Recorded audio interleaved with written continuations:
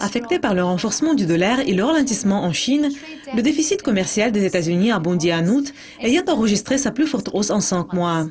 Je m'appelle Monica Gibson et Just One Linders me rejoignent par téléphone pour le discuter. Just, les analystes avaient prévu l'augmentation du déficit et certains prédisaient des données très faibles en raison des prix bas du pétrole et de la hausse de la consommation. Quel est votre point de vue sur ces chiffres et quelles peuvent être les répercussions de cette lacune en termes de croissance? Tout d'abord, il faut parler de la direction du marché. Et nous avions des données préliminaires montrant les résultats et ce sera un obstacle à la croissance au 3e trimestre. En général, les données commerciales ne causent pas beaucoup de réactions sur le marché. Mais ce que nous voyons, c'est un impact très négatif sur la croissance. La plus forte croissance a été connue au 1er trimestre. La croissance a été au niveau de 2% ayant reculé, et cette fois, il semble que la chute sera de 0,5 à 1%.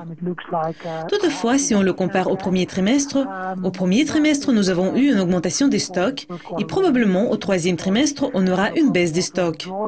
En ce sens, l'évolution de la croissance sera très négative. Nous avons eu un très fort 2e trimestre avec une croissance annuelle de 3,9%. Et maintenant, le taux de croissance peut être réduit de moitié. On observe l'impact du commerce et des stocks et cela va masquer le développement positif à l'intérieur du pays que nous observons.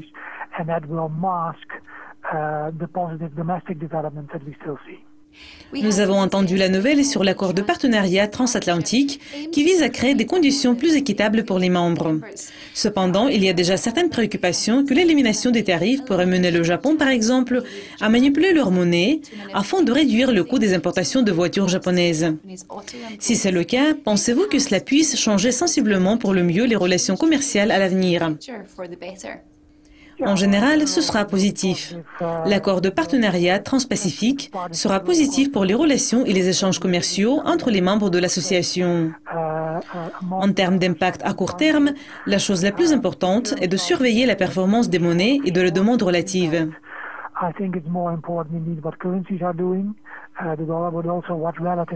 S'il s'agit des États-Unis et de l'effet réel du commerce extérieur dans l'économie, c'est plutôt le reflet du renforcement de la croissance aux États-Unis que dans certains de ses partenaires commerciaux.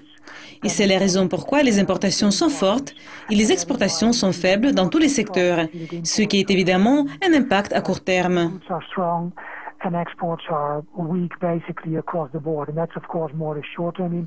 Les devises jouent également un rôle. En général, la demande extérieure a plus d'impact que la devise elle-même.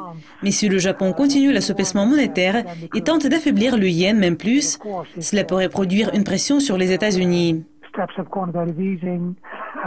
Je pense que ce qui est intéressant, c'est que les États-Unis n'ont pas en fait commenté l'assouplissement de la Banque du Japon.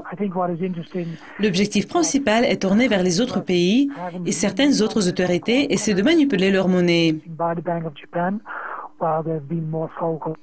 La Chine est un des pays qui y procède, mais la Chine n'est pas le membre de l'accord transpacifique. Les États-Unis vont probablement donner des commentaires si le Japon augmente la flexibilité, mais cela va avoir un nouvel impact négatif sur les exportations.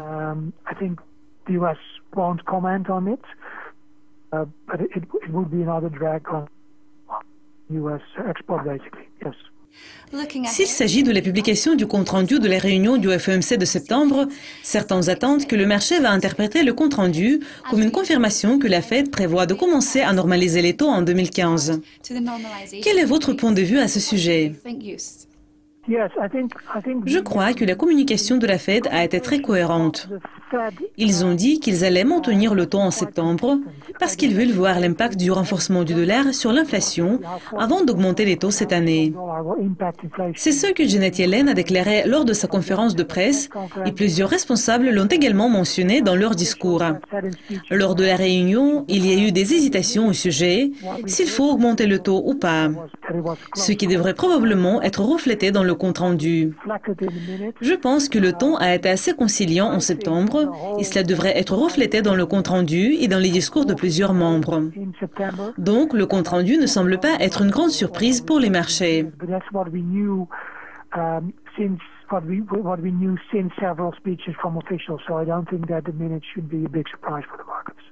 Juste, merci.